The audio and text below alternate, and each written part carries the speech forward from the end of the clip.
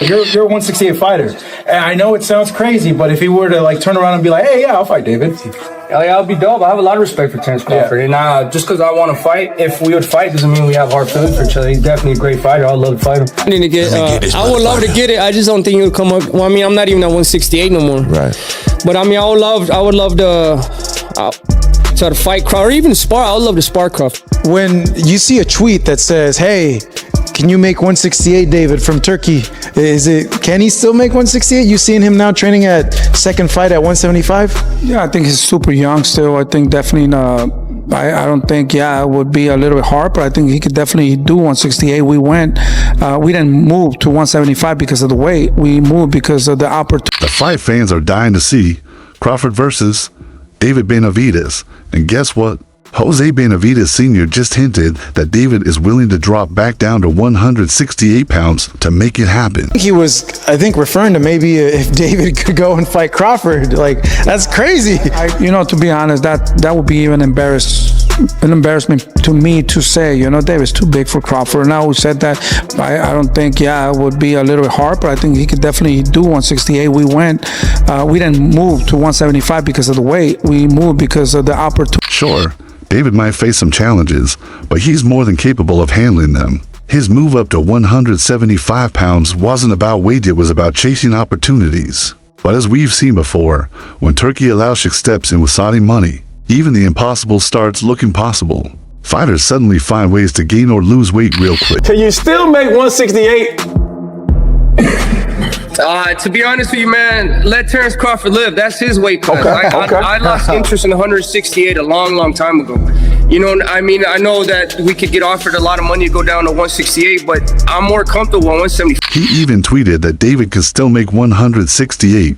So don't be shocked if we see Crawford versus Benavidez in the near future. When Turkey gets involved, anything can happen. Add in the stylistic contrast Crawford's elite IQ and movement versus Benavidez's towering pressure. And you've got a matchup that's part chess, part war. You were at 168. When we think about anybody at 168 outside of Canelo, the first name that comes to anybody's mind is David Benavidez. What about the potential for a fight like that? Oh, like I said, man, that's a big dude. You know what I mean? He ain't even at 168. When you look right not now, it's at 175, yeah. He probably can't even make 168 no. This fight checks every box. Legacy on one side, a statement to prove on the other. Guaranteed pay-per-view hits. If the promoters lock this one in, expect an intense training camp, strategic weight cuts, and a fight night no one in boxing will want to miss. Stay tuned, this rumor could become reality real fast. Alashik posted on social media asking if David Benavidez is still capable of making it down to 168. Now, we're not sure if this little tease that Turkey made was targeted as a hint for a future fight between Crawford and Benavidez, or Canelo versus Benavidez. Just as the hype was building, Blue Blood Sports TV stepped in with a reality check for Benavidez. He said, "Hold on, champ. You can't call Crawford an opportunist when you begged for the Canelo fight. He's got a point. You can't rewrite history just because the spotlight passed you by." What Terence Crawford achieved is massive compared to yourself that people say technically should have been at 175. So you cannot discredit Terence Crawford and say he's an opportunist, because this is the same version of Canelo Alvarez that you wanted to fight. And you would have wanted to get all the credit in the world for beating this Canelo, and you wouldn't have wanted to hear people talk about you as an opportunist and you fought a version of Canelo Alvarez that was washed up. Let's be real, David spent years chasing Canelo, going through weight classes like he was hunting a Pokemon. Now that Crawford did what Benavidez couldn't, people say, oh, Canelo was old. Come on. That's like saying you didn't want cake after watching someone else eat it. Yes, Benavidez deserved that fight long ago, and WBC politics held him back. But discrediting Crawford now? That's just emotion talking. Don't discredit Terence Crawford's victory. That's nasty work, bro. And you one of my guys, you know that. And shout out to your father and your brother. Don't let these people put batteries in your back for you to discredit Terence Crawford's victory. Don't let it happen, bro. We know a disservice was done to you. We know you should have been got the Canelo Alvarez fight. We already know that. But don't say this was a washed-up version of Canelo Alvarez, because you would have accepted this same fight and wanted all the... Crawford did what no one else dared. Moved up 21 pounds to fight the guy everyone feared. If David's really planning to drop to 168 for this fight, I respect that. It's bold. But let's not forget Crawford defied boxing physics. Whether you like him or not, he made history. If anything was opportunistic, it was his perfect timing, not his ambition. So you would have fought the same version of Canelo Alvarez and expected all the credit in the world. So you can't discredit Terrence Crawford and say his fight and beating him was opportunist. Just when the Crawford versus Benavidez hype was peaking, boom, another twist. Team Crawford says they want $100 million for his next fight. Yes, seriously, not a purse, a Powerball dream. We all love Bud, but at that price, he might have to fight Thanos unless Turkey Alashik starts printing money in Riyadh. I'm going to start off with what Bernie of Team Crawford said, right? He says, quote, "I think Terrence Crawford is done. If it ain't $100 million to go down and fight those guys like Janabek, Edislandi Lara, and Carlos Adames, let them guys do all the hard work." $100 million? What you think you got? Kelsey Grammer? Chelsea Clinton? But let's be honest, this is Bud saying, "I've mastered boxing. Now pay me like a legend." And he has a case. He dismantled Canelo so badly it looked like Canelo's stream was buffering. So of course he feels untouchable. But if you're demanding $100 million to face guys like Janabek or Carlos Adames, we've entered fantasy mode. Still, you've got to respect his confidence. Crawford says if he fights again, it's for generational money or he chills with his generational wealth. And who can blame him?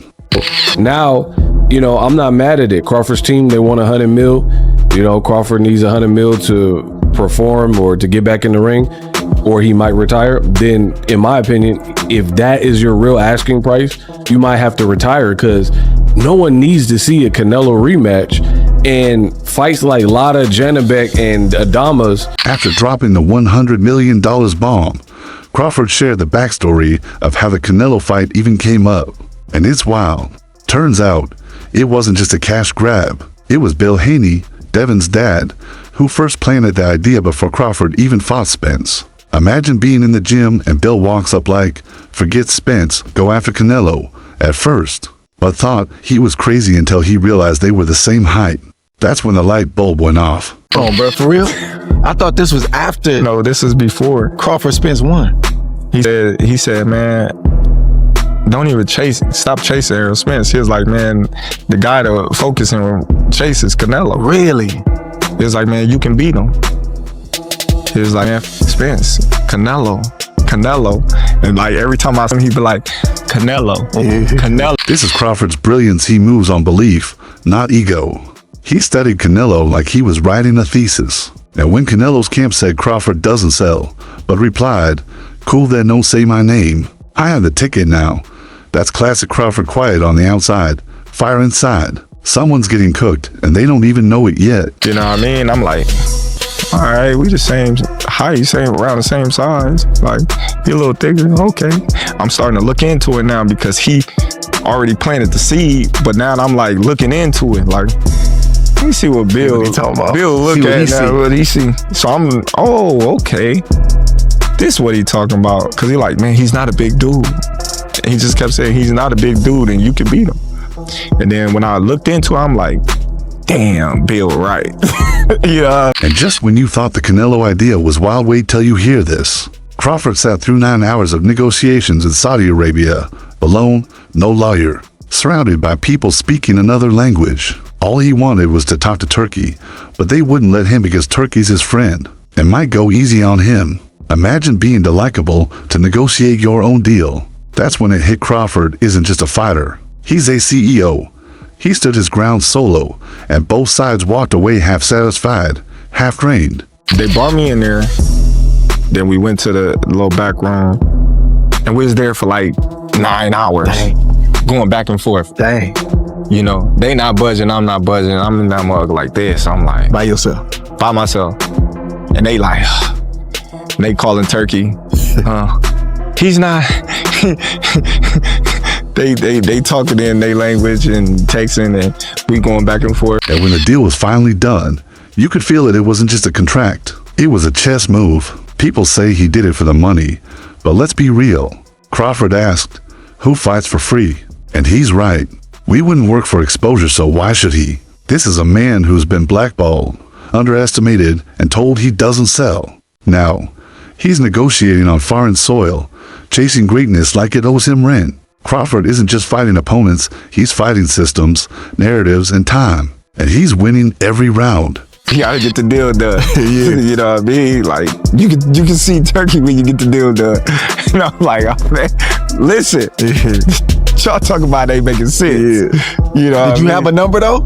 Yeah. Or you kind of had a number like, I want to be in this range, yeah, right? Yeah, I had a number and it was just like, they like, man, listen, we gonna have to talk.